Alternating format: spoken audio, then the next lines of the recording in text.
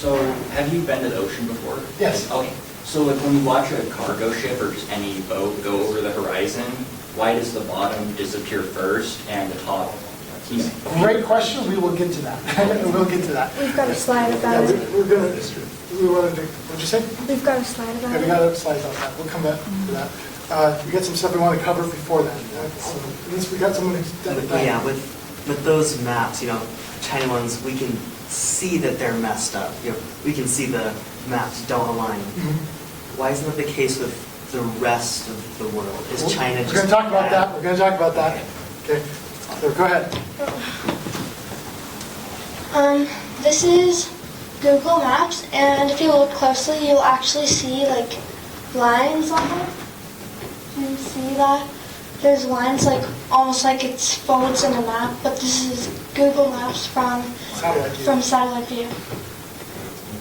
So like the vertical ones are like Yeah. spaced out. Yeah. So Google Maps satellite view, and you're seeing this in the mountains, like folds in the mountain. Okay, from satellite view and that. Okay. Here's a better picture. You can see it a lot better in like the water. Like you can see those lines. And this is from satellite view, and it doesn't really make sense because I don't think those are waves. My thinking, obviously this isn't based on any searching or anything, would just be that when the satellites are going over each time, they're meshing it together. So what you're seeing is the day and night cycles that they're different, which is why they're darker on some parts. We'll come back. We're still going. There's going to be another section for question and answer here. So we're talking about these kind of strips. Okay. And then this is like, it's like another picture of it, except like it's like zoomed out more. Now, this one's the ocean. Yeah. So we got the ocean here, and the entire ocean on Google Maps from their satellite view is completely covered.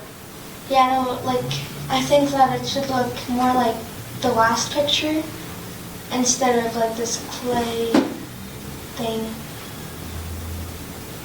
And then So this is zoomed in, and So when we're zooming in here, okay, to make sure that whole strip is covering our whole field of view, how far away do you think the camera was when it took this picture? Right? like it doesn't look like it's super duper far. It's not from space. Yeah, it looks a lot closer. Like, I don't think that one of these satellites from that far away would be taking pictures in such close strips. On Google Earth. Yeah. It looks more like they would use something like this, more like an airplane that's closer to the ground, taking smaller strips. And then here's a balloon satellite, and NASA they keep the most. They're the #1 consumer of helium in the entire world. And they consume so much helium that there's an actual crisis, a helium shortage, which is just insane to me. Okay? Because that's how many of these balloon satellites that they put up there. So we believe in satellites, but a lot of people aren't aware of these balloon satellites out there. Right? So if they've got satellites like that are so like far in space and look very high tech, why would we need like these? So, you know, why would we need stuff like this and stuff like that? If we've got those. Yeah. So you're saying this image is fabricated? Yeah, that's absolutely fabricated. Okay. And it's interesting if you actually like just Google search satellites in space, all you see are these weird CGI images. Okay, these artistic renderings of satellites in space. They don't exactly go around there with selfie cams or anything like that. But yeah. So you're saying there are no actual satellites in space, it's really all just these other things? Okay, actual satellites, the only thing that NASA actually considers to be an actual satellite would be the moon. Everything else they claim, like even stuff like this, they refer to those as artificial satellites. And so, but when it comes to this kind of stuff, when it actually comes to like orbiting things, okay, I'm going to restate what she said. Kind of, why would we need these if we have those? Okay, Yeah. that's kind of the big thing here. I'm coming to question answer. I'm sorry, we were kind of engaging in that. We're going to have this section here on that. Oh, we're there. So, yeah. I have an answer to that question you're saying about the different degrees of satellites. I'm just going to call them satellites. That's fine. The difference is that regular satellites are not man-made and the artificials are man-made, big flavors. So the reason we need different satellites is for different degrees of accuracy. So you are kind of right in that you need a closer camera to get a better image, but to get larger images, you need farther away cameras. So instead of using a one-hit wonder, you use multiple different tools. Yeah. The whole thing is that you've got these fancy cameras that we're able to see stars from billions of miles away. Well, we can't take those same cameras and turn them around and face up the Earth and see zoom in on like someone on the beach or something like that from something like one of those really far away satellites from like the ISS or something like that. The difference is Google's not a government-funded entity. NASA was initially government-funded, so they built a Hubble on government money. Google uses Google's resources. Yeah. Right? So you get more accuracy using more technology, and Google does not have access to more than what the government allows it to have access to. So using Google itself and only Google as a source seems kind of sketchy to me. I agree, and that's where Google itself, they outsource, kind of like Wikipedia. Wikipedia itself isn't a source, it's not meant to be, but it's meant to outsource its information. So Google is supposed to get its information with their satellites from NASA. And they outsource with them when it comes to working with them for imaging of the Earth and things like that. So are you familiar with like Starlink? Like the Yes. Yeah. So have you like observed like the wireless satellites going? So I guess it's like, where do you think how do they stay in the sky? Does like gravity get less as you go up, and where are they going? Like what is their route? There's a lot of technology in the world. I was in the Army for 8 years. There's a lot of technology when it comes to spacecraft that is not openly disclosed to the public. But if you actually do like research into it, you can find out more into some of the technology out there. Okay, and so a lot of people aren't really aware of this kind of artificial satellite. This is a plane, a solar plane that never has to come down. It can stay up there indefinitely for the most part. Just off of that, and so they have technology out there to do stuff like that. And so there's kind of like a world of possibilities out there. I'm not the criminal mastermind or anything like that. I just can say that there's a motive out there and a lot of different means to do it. A lot of people like to limit themselves to, this is the only way, but they're just kind of putting themselves in that box and saying it when it comes to the realm of possibilities. Yep. So I don't believe you answered the question from earlier from this, from this lady? Anyways, yeah, her. So do you believe that there are artificial satellites in the sky, or do you only believe in these kind of solar drones? Oh, I don't believe in space, as I kind of mentioned the whole vacuum of space thing. So that would be a no then? Yeah, that would be a no. Okay, I appreciate So, yeah. I'm okay with these kind of satellites, like balloon satellites and these kind of satellites, but when it comes to like the whole outer space kind of a thing, Yes. no. Yes. So you don't believe in the solar system? I believe in the solar system. And that's kind of one thing that a lot of people ask is, like, if all the planets are round, then why is the Earth going to be the only flat thing out there? And my response to that is, just because all the light bulbs in your house are round, that doesn't automatically make your floor a ball.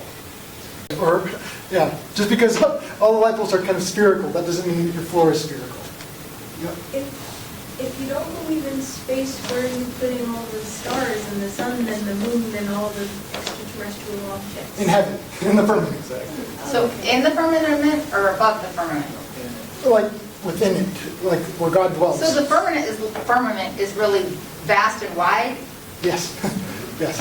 Okay. And may I ask, so is there anything outside of the firmament, or is it kind of like there's an edge and then the firmament just extends from there? that's kind of reaching the edge of my understanding.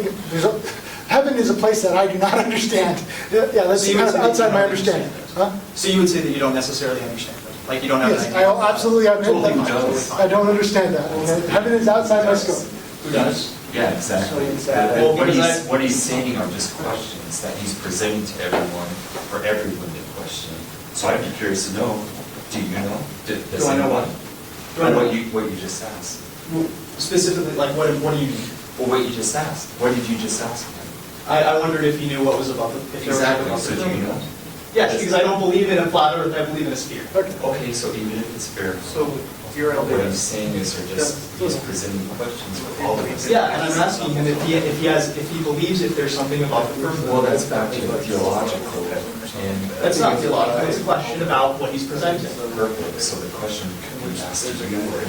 Yeah, and I'm asking him, why are you asking me? Shh, okay, let's calm down, please.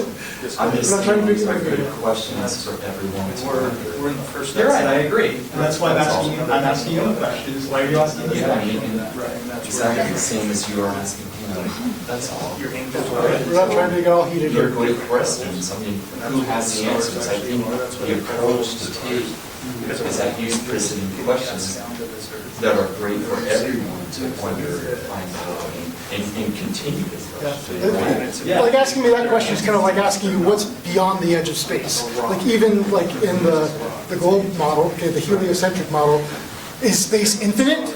There's a lot of different scientists out there who have mixed opinions on that, whether it kind of warps into itself. You get into string theory. NASA says all kinds of weird things about the edge of space. Yes, Can I draw one more map? absolutely. Okay. Well, you're drawing that. Let's go over here. So your understanding from where your idea of the shape of Earth is, it's a disc, right? Like a coin. It's like a coin, but again, I don't know about any definite edge. Right. Okay, so it could be infinite for all I know. I have no idea, because it's beyond my realm of Like, what do you understanding. believe? Actually, two other levels. Do you believe that there's an edge? Okay, I don't believe that we're not some kind of space frisbee or anything like that, okay? So I'm there with the Bible talking about the pillars of the earth. I haven't observed that. It's just kind of a matter of faith on that part. And I'm totally fine in acknowledging matters of faith, okay? But my whole goal is to get outside of faith. Faith is kind of something that we're not meant to be doomed to live in faith forever, but prove all things is my whole philosophy. Okay, don't just believe in something because the Bible said so or because your textbook said so. Okay, go beyond that. Try to prove it. Don't just say, I believe in this because, that guy said so. Yeah. Can I make Yeah. So it's, whether it's a dome or whether it's multiple like polygonal sides or the firmament, right? It's, if I was, let's say Utah was here, like that's the Amber's Utah, and I'm a Solar State guy, right? I could see the constellations from any point, but there's a different set of constellations from the northern, from the southern hemisphere, if this were the globe. Like, why is it, like, why can you see the stars consistently shift as you move further north or south? That is a fantastic question, and I've done like a whole bunch of videos talking specifically about that.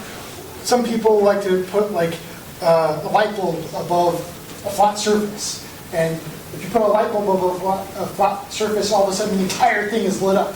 And so kind of asking like, why can only certain people see the sun, but not everyone?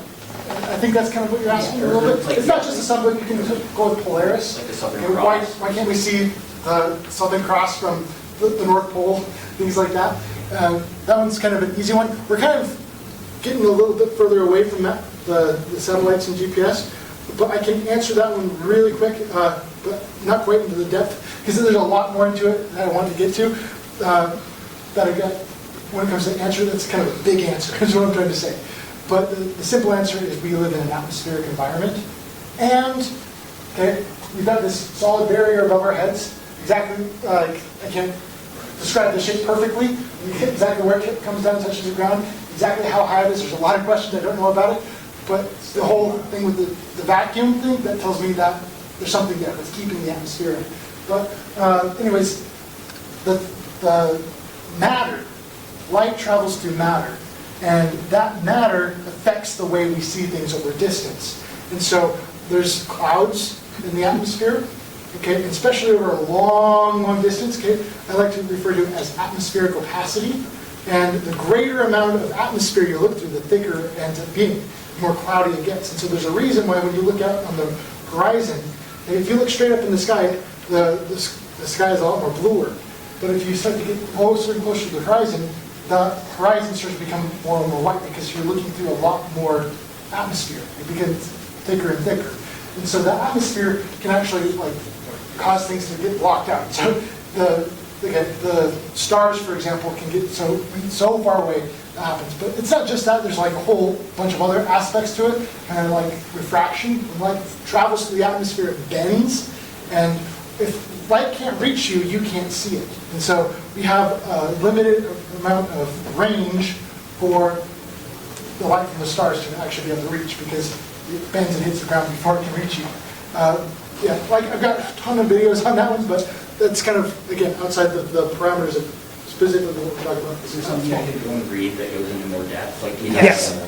Yes, that's part of my whole board and my archive. I go into a lot more depth than that.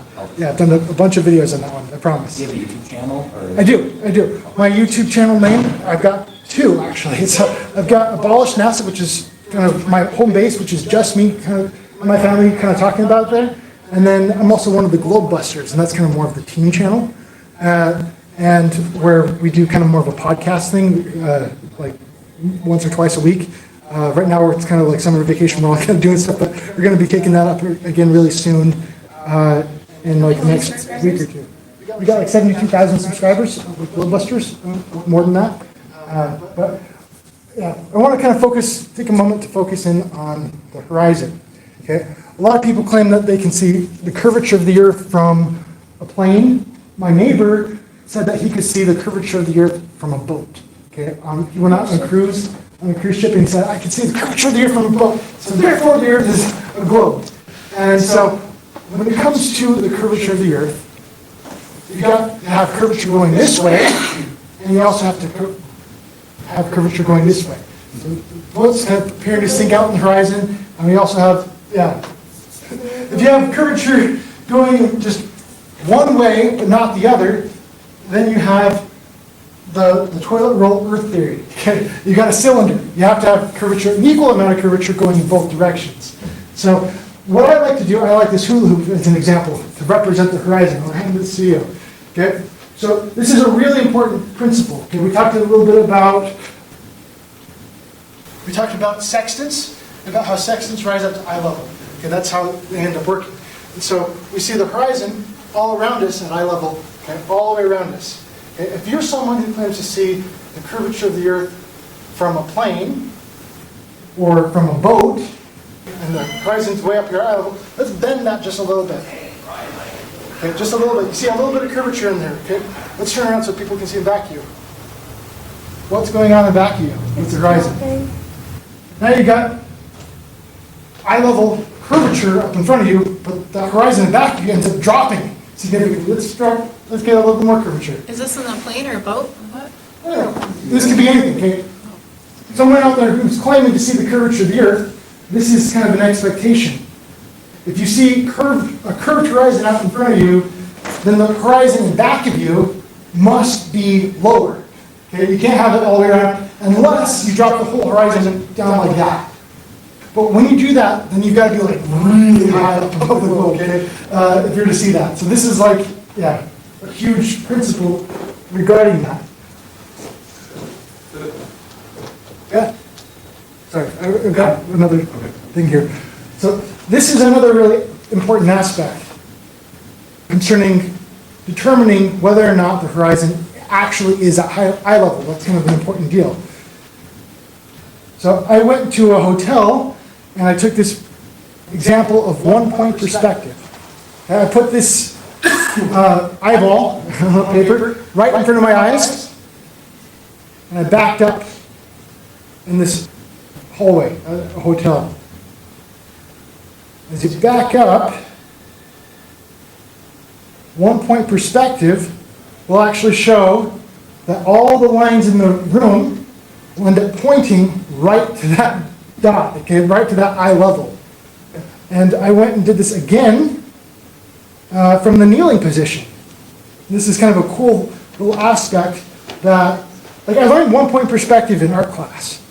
I learned 1-point perspective in art class, but they never taught me this in art class. This is kind of one of those things where I'm trying to know, and one of those things just kind of dropped out of the sky. Take a look at this and tell me what you see. And so when I did this from the kneeling position, all of a sudden I noticed that, okay, kind of backing up from the kneeling position. I dropped that eyeball lower on the door. All of a sudden I notice when I zoom in again, all of the lines now point to the new location, the new level of eye level. So long as I stay kneeling all the way down the hallway. So long as my eye level is the same, all of the lines on the ceiling and on the floor, they all end up pointing to the new eye level. And so everyone, when they do 1-point perspective, take a picture in a hallway, this is something that anyone can go out and observe for themselves.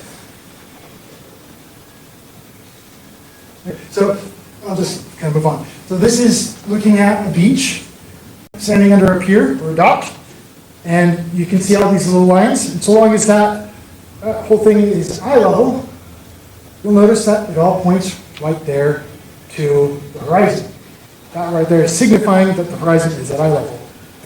There's another dot from the top, and what do you know? It's at eye level. This isn't always going to be the case. Sometimes when there's fog out in the distance, and sometimes that fog, like I said, out in the horizon, you get far enough away, the atmosphere can cause clouds and anything. So sometimes when you get like really high up, you're staying farther away, because you're looking through a lot more atmosphere, you get a lot more clouds. Clouds out in the horizon can cause eye level, the horizon to appear to drop. So this is no longer at eye level because of the clouds. Okay, if those clouds weren't there, then it would be at eye level. Okay, another thing that can affect this is refraction. This is a Fata Morgana mirage, which causes the horizon to appear to be at a different location other than eye level. There's another example of another dot, just out there, all the lines end up pointing to eye level. Now, I'll share this real quick. So if we imagine, let's call him PJ for short, if we imagine him standing on the beach ball, immediately the ball is curving downward and away from his feet in all directions. That's what a ball does. And it doesn't matter how big the person is, nor does it matter how big the ball is. But let's go ahead and shrink PJ and enlarge the ball for the sake of example here. Now, notice the lines are still curving downward and away in all directions, even though he's getting smaller and the ball is getting bigger. This never changes with scale. Okay, now let's zoom into tiny PJ on the massive ball here. PJ's clone walks 1 mile away. The top of his head would be 8 inches lower than PJ's. Another clone walks an additional mile, and the top of his head is then 32 inches below PJ's. The third clone walks 1 more mile, and at just 3 miles away from PJ, the ground clone number 3 is standing on is 6 feet below PJ's. All right, can you see this? How the horizon should never, ever rise up to eye level if you're standing on a ball. That's interesting. Clone number 3's head is going to be even with the bottom of PJ's feet.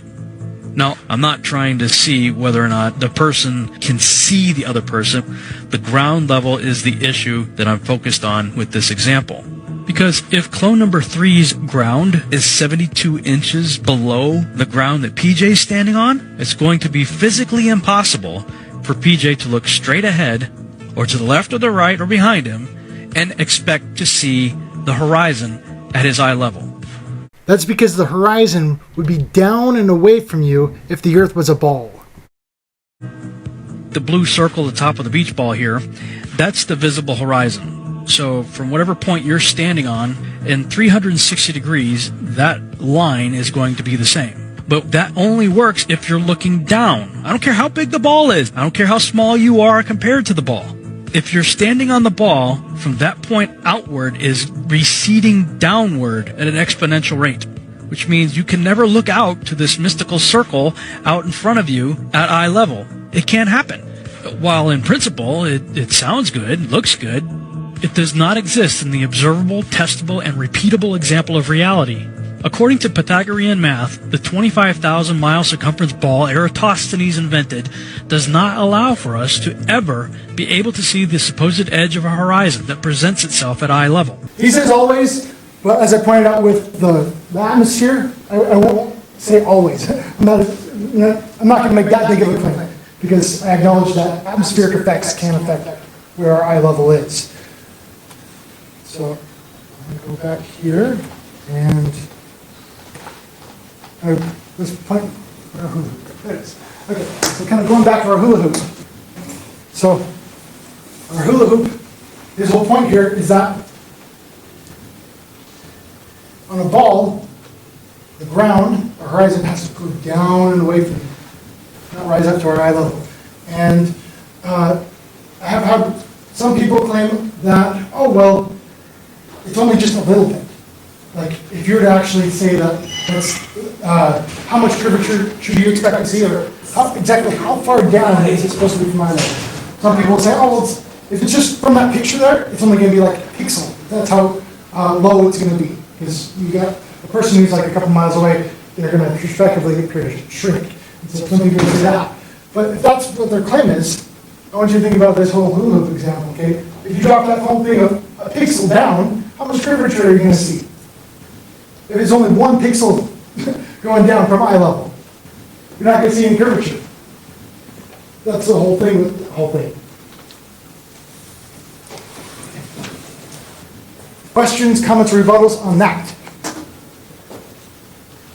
I'm just saying we've got 20 minutes, just so you know. Okay, 20 minutes. We'll try to hurry up here. So I want to get onto this one right here because we're going to get into a little bit more from a plane. I'm sure you've seen the basketball player who graduated from Duke. That was hitting the news the last couple of days. And I saw he believes that dinosaurs are fake and that the world is flat. Even educated people of our day are finding enough evidence to believe that the Earth is flat and publicly say so. Okay, so here's the thing, Joe. Okay? Here, I've thought about this. People should be able to think whatever they want, whenever they want, provided it doesn't subtract away from someone else's rights. Okay. Do you agree that there's evidence for a flat Earth? To be very pedantic, I would say there is some. Okay. Not There's much. some. Yeah, I think some is quite the understatement. And that dude who jumped out of a perfectly good balloon, what's his name? Felix Baumgartner. He is talking about the Red Bull jump here. I'm the guy who jumped from space. That is about 24 miles high, or 39 kilometers. And for further reference, a plane's normal cruising altitude is said to be between 30 and 40,000 feet, which is about 6 or 7 miles up, compared to this 24 miles up. Okay, here we go, Felix.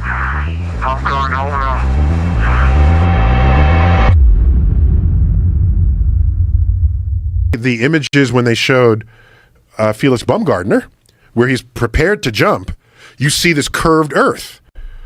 That's a fisheye lens, dude. Okay?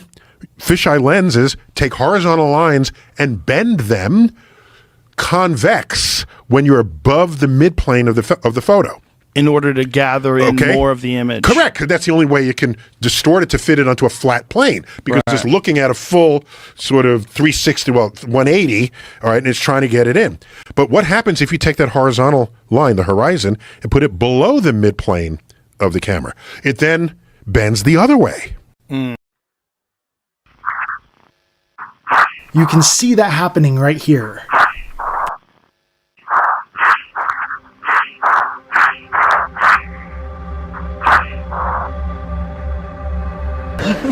He would have been about 2 millimeters above the surface of this globe.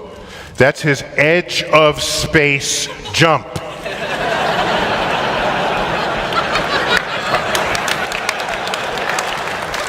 Now, you know, I don't, it's fine. He wants to, I don't have a problem if he does it, but the honesty of it would greatly diminish what I think people thought he was actually doing. Right. So in the photo, you see this curvature of Earth's surface, and he said, wow, he's in space, look at that. No, he's not. At that height, you don't see the curvature of the Earth if you are 2 millimeters above this beach ball. You just don't. That stuff is flat. Are you gonna do any of those? Like, would you, if they let you up on the Jeff Bezos spaceship? They send people up there all the time now, right? So it's fairly regular. I'm an astrophysicist. You're not interested? No, let me hear me out. Hear me out. So take Earth and shrink it down to like a schoolroom globe. So now we can think of distances relative to that, and ask how high up did Bezos and Branson go?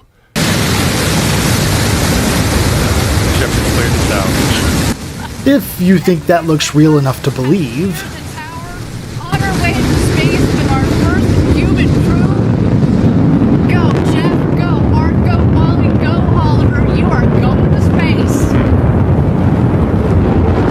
The claim is that they went up about 66 miles, which is about the same altitude that we are told that this image was taken from. And ask how high up did Bezos and Branson go? Okay, so here's a schoolroom globe. How far away would you say? Quarter inch. You say quarter inch? Okay, they went the thickness of 2 dimes. Oh. And a boy who jumped out of a balloon some years ago. Yeah. What's his name? Felix Baumgartner. Mm-hmm. Thickness of 1 dime. So this idea that they go, oh, I see the curvature of the Earth. No, you don't. You don't.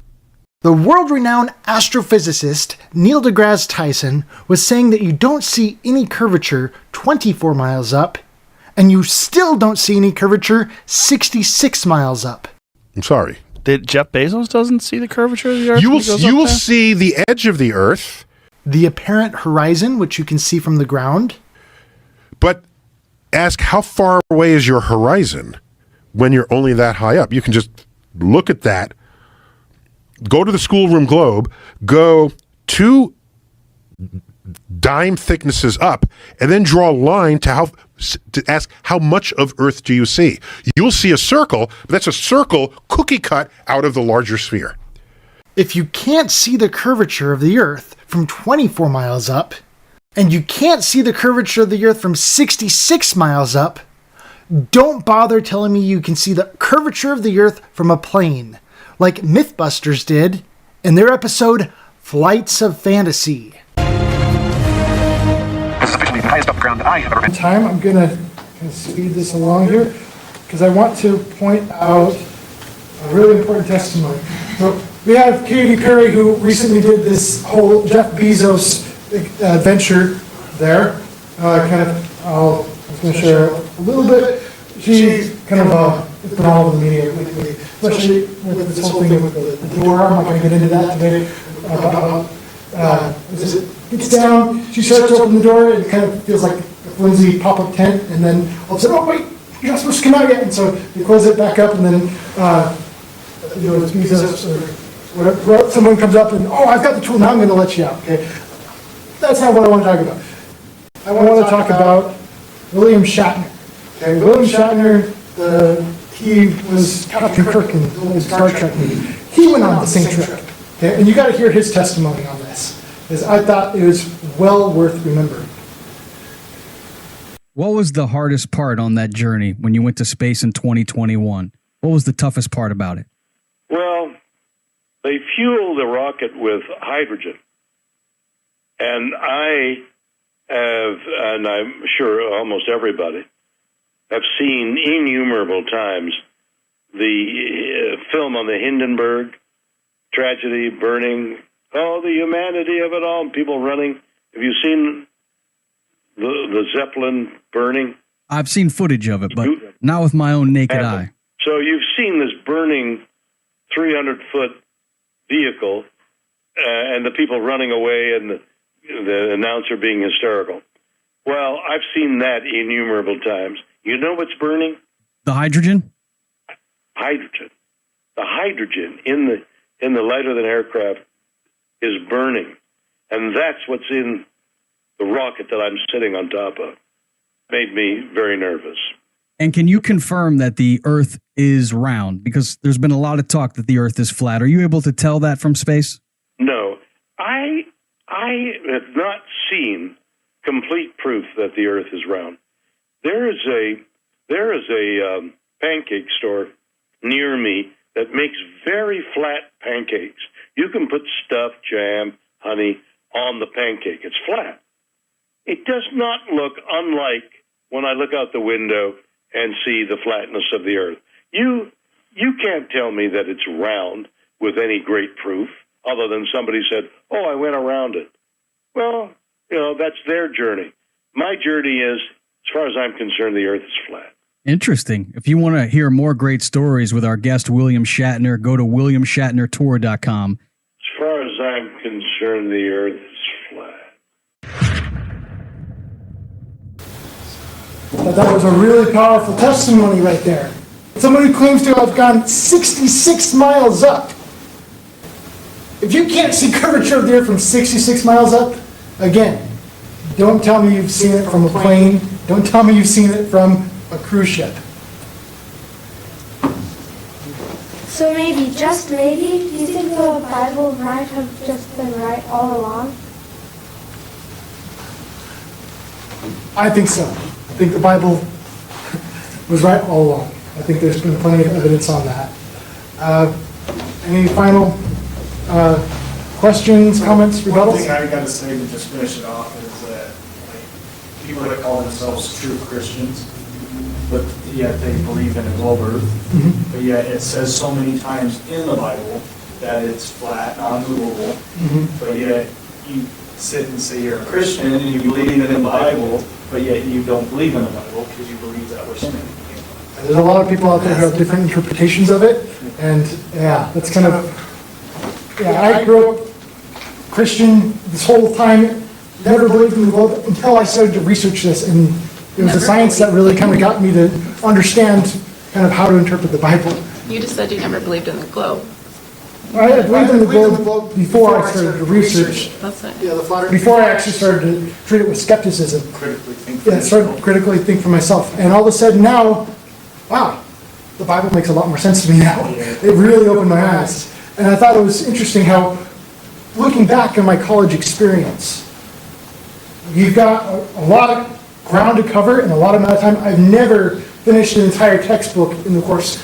Teachers are always, "Oh, we're not going to skip this. We're just going to skip that chapter. We can't cover it all." And so they kind of get you steamrolled into, we got to cover this. So you don't really have time to really question the material. And I've had teachers who, I got a question about this. Sorry, not right now. We got other stuff to cover. Yeah, they put me down for that in college about that. And I thought that was really interesting. So I've actually gone out and talked to different college professors just about the way it's worded and the way test questions are worded. And I thought it was really fascinating how test questions are oriented to reprimand you if you think for yourself. If you were to take a college test question and it says, how far away is the sun? If you don't answer, on average it's about 93 million miles away. If you don't answer that, you're ducked. You missed the question, sorry. And so I actually suggested, I went over to Utah Tech and kind of talked to the different college professors and said, hey, why don't we just change the wording a little bit so we can actually feel free to, have our own beliefs and say, how far away does the textbook say it is?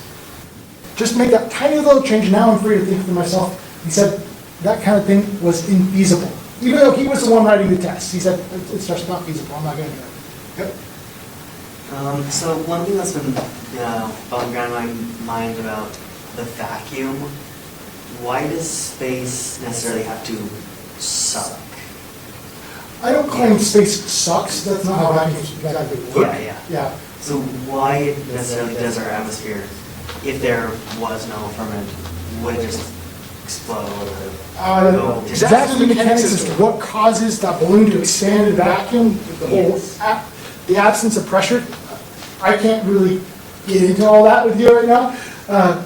Yeah, it's a good question. All I can say is I observe this and exactly how it works. I can't tell you all of the fine details of how it works or why it works. I just acknowledge that it works. Yep. So if you were given like unlimited, resources, budget, trustworthy staff, like anything you can imagine, what would be do you think the most definitive? 5 minutes? most definitive experiment you could do that could, without a doubt, prove the Earth is flat? Like, what one experiment would you do if you had unlimited whatever you can imagine? You know, that's something that I really kind of questioned a lot about over the years. I did a video called Disconfirming Evidence about a number of different criteria that would have to be met in order to change my mind. We've got 5 minutes, I don't really have time to get into that. So I'm going to have to put a push pin in that one and just kind of refer to that video. My channel name is Abolish NASA. That particular video is called Disconfirming Evidence. That's something I'm continually thinking about. And that's something that I invite people to come over here to my whole debate board. I've got a link to that on my channel banner at Abolish NASA. And if you read in the description now on the more recent Globebusters episodes, you'll see a link to that there too. But the main one I really recommend is just going to my channel banner on Abolish NASA. Yep. Okay, sorry, go ahead. I was going to say, what do you think is the most important truth that gets unlocked when somebody starts to question the globe? There's a saying that I learned in college. My college professors would teach me, don't let school get in the way of your education. And I think when you are able to start learning and researching for yourselves with that open mind, that's the most important thing you can unlock in this. To learn how to study on your own. When you have no time limits, you actually have the motivation to actually go and read and search things out for yourself. I don't know how many people out there have fun reading textbooks for the fun of it. You know, that's like every parent's dream, I think, to have their kids reading a textbook, for the fun of it. But yeah, all of a sudden, I never grew up that way. But all of a sudden, the moment I started questioning things and started praying to know, that set me on a way fun journey. It's changed everything for me. Yep. Well, I have one big question. So to you, of the flat earthers, the globe, let's call it a theory, is a hoax, it is a conspiracy theory. It is a conspiracy. It's a conspiracy fact, as far as I'm concerned. So all these pilots that fly all over, they fly from here to here to here to here to here to here to here, they are all part of the if you say that it's a conspiracy theory, it is one big conspiracy theory. It's absolutely unbelievable how big of a conspiracy it is. I won't say that all pilots are, it's kind of a lot bigger. It's kind of like saying that all school teachers would have to be on it. Okay? A lot of school teachers can start to research and look into this kind of stuff, but they're just kind of going through the motions. If you're just following your GPS or something like that, that doesn't necessarily make you in on it. You're just kind of going through the motions. You're just kind of a certain level beyond things that would have to really put you in on it. Yes? Has anybody been to the edge of this disc? Not that I'm aware An of. ice wall. You can't go to Antarctica without. Oh, yeah. Apparently he wrote a book. Apparently he wrote a book about it. It's been really interesting. I haven't read it myself yet, but I've heard about interesting testimonies that getting out there. Yeah. Yes? How do you know that prayer is a valid way towards truth? Personal experience is the best way I can say. But like I said, prayer was the guiding stone for me. I started praying for it, helped me find it, and then things started happening. Things started falling into my lap. That kind of helped me understand, and so I kind of looked at that. It's just kind of the opening the door, kind of inviting people, inviting blessings, inviting miracles to start happening in my life. So was it a one-time thing, or was it more like you continually were using it as a stepping stone towards? Well, we're encouraged to pray always. So right, prayer is just like the opening door, and then once you go down the door, like it's still, I don't claim that I have a perfect knowledge of anything yet. I'm still going by faith here on a lot of things, but as I'm kind of taking steps of faith, one of my favorite scriptures is Alma chapter 32, okay, which talks about faith, but it says that we're not meant to live by faith forever. Okay, that's not the plan. Faith is like a seed, and it's meant to actually grow and develop into knowledge. And so when it comes to puzzle pieces, I'm starting to put together pieces of the puzzle, but I don't have the entire puzzle yet. but I'm kind of working my way there too. But just allowing myself to confirm, just to understand what you're saying, what your idea, like your epistemological standard is. It is, you pray about things, and you obviously, you seem to do research or look at things, but ultimately, prayer is something that you continually do as part of that process. Yeah. Okay, just making sure. Yeah, that's important. I wouldn't want to just say, oh, well, there's my answer and that's the end of it. And so that's been kind of the unique experience about this. And that's what I really encourage everyone to do is to find their own experiences, to pray about it and see what happens. It's never been just kind of a one-time, oh, there's my answer. And I think with some people, I think the example was flipping on a light, getting your answer, the light's on, there you go. But sometimes it's more of a dimmer switch, and I think I had more of a dimmer switch as an example. I think they're not going to say it out, but thank you all for coming. And,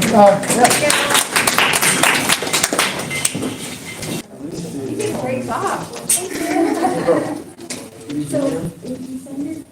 This message has been brought to you by the Flat Earth Institute of Science and has been powered by Miro. Come join in the conversation